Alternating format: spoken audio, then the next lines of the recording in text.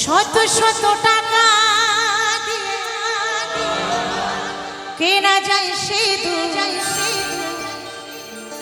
শত শত টাকা দিয়ে কেনা যায় সিঁদুর, পড়া যায় না যদি কপালে না লেখা থাকে তা। ও যদি কপালে না লেখা থাকে তা। আমরা মেয়েরা কেউ 10 টাকা দিয়ে সিঁদুর কিনি, কেউ 50 টাকা দিয়ে সিঁদুর কিনি, কেউ 100 টাকা দিয়ে সিঁদুর কিনি। যার যেমন সামর্থ্য সে কিন্তু তেমন টাকা দিয়ে সিঁদুর কিনি, তাই না? কিন্তু মনে রাখতে হবে, যদি কারোর ভাগ্যে 1 চিমটি সিঁদুর না লেখা থাকে, যদি লাখ টাকা দিয়েও কেনা হয়, ওই 1 চিমটি সিঁদুর কিন্তু এই সিঁড়িতে উঠবে না, তাই না? সিঁদুরের কিন্তু বড় ভাগ্য থাকা চাই। কিন্তু এই বর্তমান সময়ে আমার কিছু কিছু দিদি ভাইরা, কিছু কিছু বৌদিমণিরা তারা ভাবে যে আমি যদি চওড়া করে সিঁদুর পরি, এই মোটা মোটা শাখা পরে, চওড়া করে সিঁদুর পরে মোটা মোটা শাখা পরে যদি রাস্তা দিয়ে হেঁটে যাই, আর রাস্তাতে হেঁটে গেলে যদি কোনো ছেলে আমার দিকে না তাকায়, এই কথা ভেবে অনেক দিদি ভাইরা, অনেক বৌদিমণিরা শাখা সিঁদুর পড়তে ভয় পায় বা লজ্জা পায়। তো আমার এই গানখানি যারা ভয় পায় বা লজ্জা পায় কেবলমাত্র তাদের জন্য। তবে এখানে যে আমার দিদি ভাইরা রয়েছে যারা আমরা শাখা সিঁদুর পরে আছি, তাদেরকে ছোট্ট করে একটা মেসেজ দিয়ে যাব। আমরা যারা সিঁদুর পরি, আমরা সবসময় কিন্তু নাক বরাবর সিঁদুর পরবো। সিঁদুর কিন্তু সাইডে পরা যাবে না, সিঁদুর সবসময় সোজাসুজি পড়তে হবে। এখন পার্লার টার্লার বেরিয়েছে, এখন আমরা পার্লার টার্লারে চুল বাঁধতে যাই, চুলে নানান রকমের স্টাইল করি। কিন্তু মনে রাখতে হবে, যতই স্টাইল করি না কেন, সিঁদুর কিন্তু এই নাক বরাবর সোজাসুজি পড়তে হবে, সিঁদুর সাইডে পরা যাবে না। আপনি সিঁদুর যত সাইডে পরবেন, আপনি সিঁদুর যত সাইডে পরবেন, ভাববেন আপনার স্বামীকে আপনি তত সাইড করছেন, কিচ্ছু করার নেই। তাই আরো আমার গানের ভাষা কি বলছে আমি প্রকাশ করছি। যদি কপালে না লেখা থাকে তা,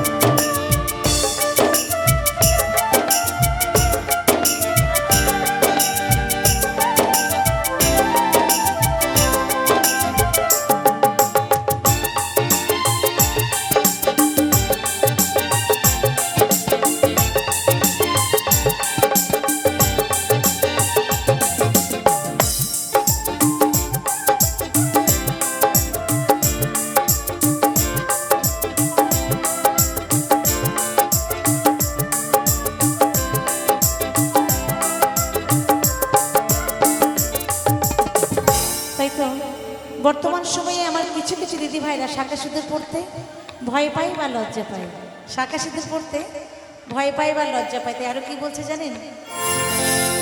বর্তমানে কিছু নারী সিঁদুর পড়তে লজ্জা পায়, নতুন নতুন নাগর খোঁজে আই বুড়ো ভাব দেখাই। বর্তমানে কিছু নারী সিঁদুর পড়তে লজ্জা পায়, নতুন নতুন নাগর খোঁজে আই বুড়ো ভাব দেখাই।